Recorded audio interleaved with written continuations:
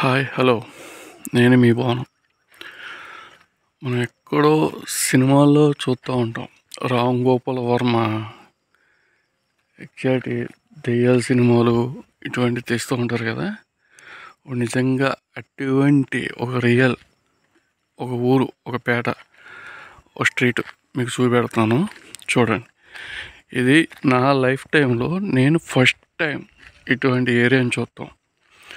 ఇది ఎక్కడో కాదు, మన పిడిగిరాలకి దగ్గరలో ఉంది. నేను అనుకోకుండా కిరాయికి వెళ్ళడం, నాకు ఇటువంటి ఊరు ఇలా ఉంటుందని ఫస్ట్ టైం చూశాను. అంటే దెయ్యాలు అలా ఇంచుమించుగా ఉంటాయేమో తెలియదు, కానీ ఇది చూసారా, ఇది బిల్డింగ్.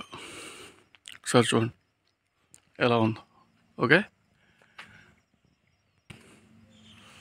నిజంగా ఇందులో దెయ్యం ఉంటుందా తెలీదు, ఏమో భయంగా ఉంది కదా.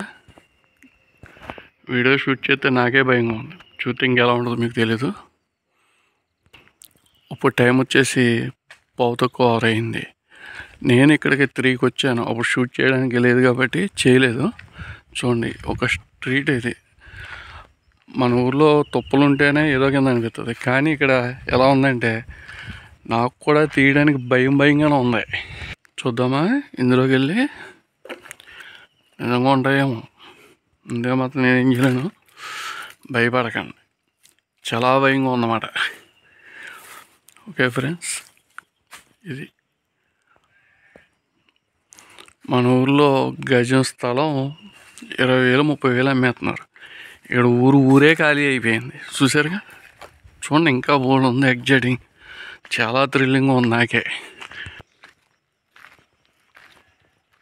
సేమ్ యాజ్ ఇట్ ఈజ్ దెయ్యాలు రామ్ గోపాల్ వర్మ గారు సెట్టింగ్లా ఉంది ఇది. ఇక్కడ ఇగో ల్యాండ్స్, ఇదో బిల్డింగ్. ఓకే డాన్,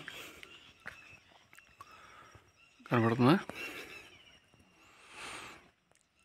చాలా థ్రిల్లింగ్. ఇలా నడుచుకుంటూ వెళ్తే మన కారు వచ్చేసి అక్కడ ఉంది. అక్కడ ఒక ఆంజనేయస్వామి టెంపుల్ ఉంది, అక్కడ ఉంది గుడి. ఆ గుడి కాడికి వచ్చారు.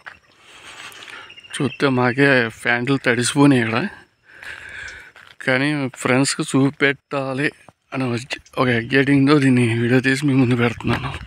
నచ్చితే కనుక లైక్ చేయండి. Okay, Banu.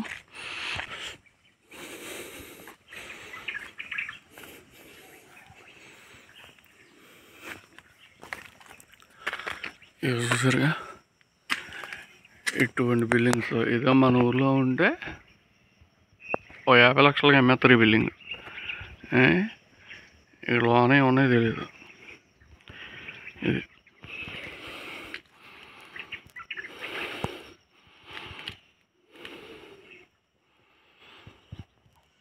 Okay, thank you.